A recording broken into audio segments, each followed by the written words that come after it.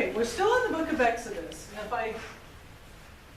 We did Genesis and we're in the book of Exodus. And we have the children of Israel at the base of Mount Sinai. Moses went up in the mountain. God gave him the 10 Commandments. The Bible says God wrote it on the tablets of stone with his own finger. We are on Commandment number 7. And my notes aren't there. I wonder what I did with them. Okay, so I'm going to be winging this.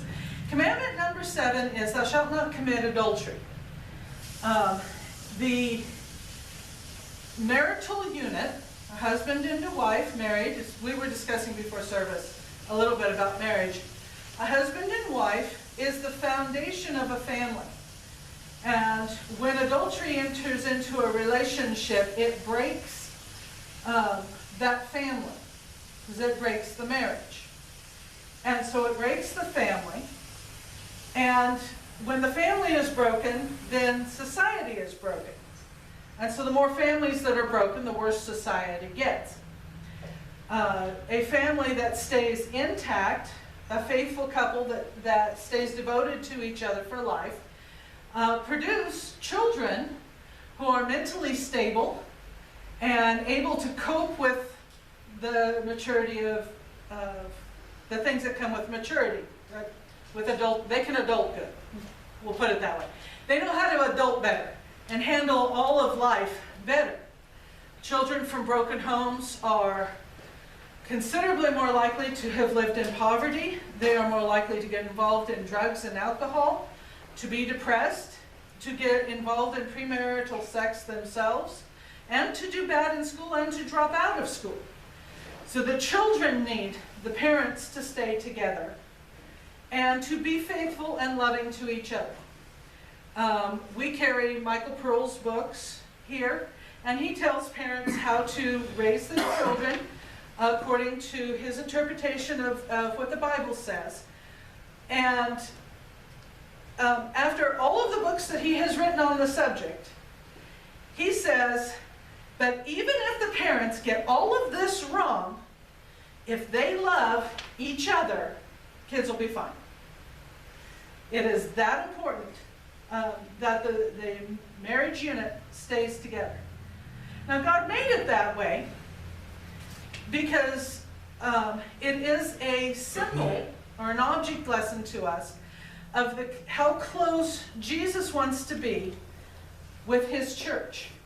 And all people who believe in Jesus are part of his church. And that relationship is supposed to be as close and as good as a good marriage is. So,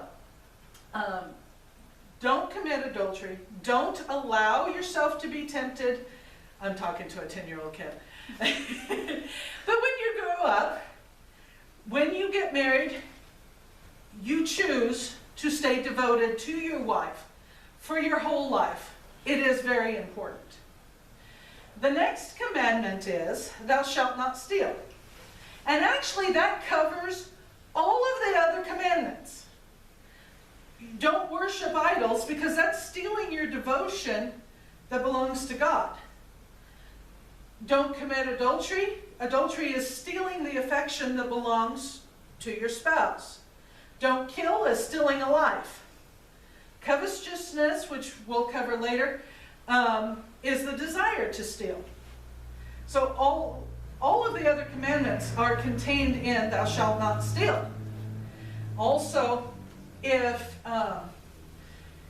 you commit libel, you say things that aren't true about somebody, libel, gossip, that's stealing someone's reputation. And once it's stolen, it can't ever be completely put back. Humiliating someone in public is stealing their dignity. So that comes under that also.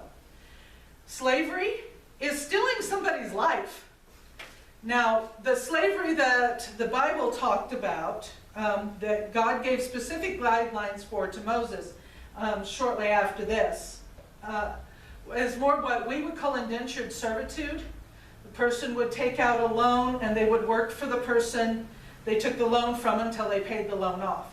That's very different from the kind of slavery where you go next door and you capture your neighbor and sell them to somebody else to work for the rest of their lives. That's stealing somebody. And that is wrong. You don't steal.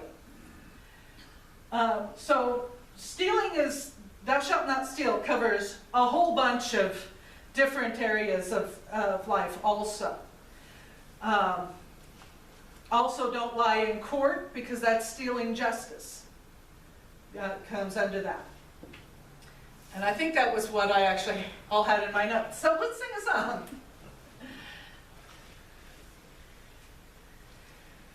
From glory to glory, he's changing me, changing me, changing me. His likeness and image to perfect in me. The love of God shown to the world. For he's changing, changing me from earthly things to the heavenly. His likeness and image to perfect in me.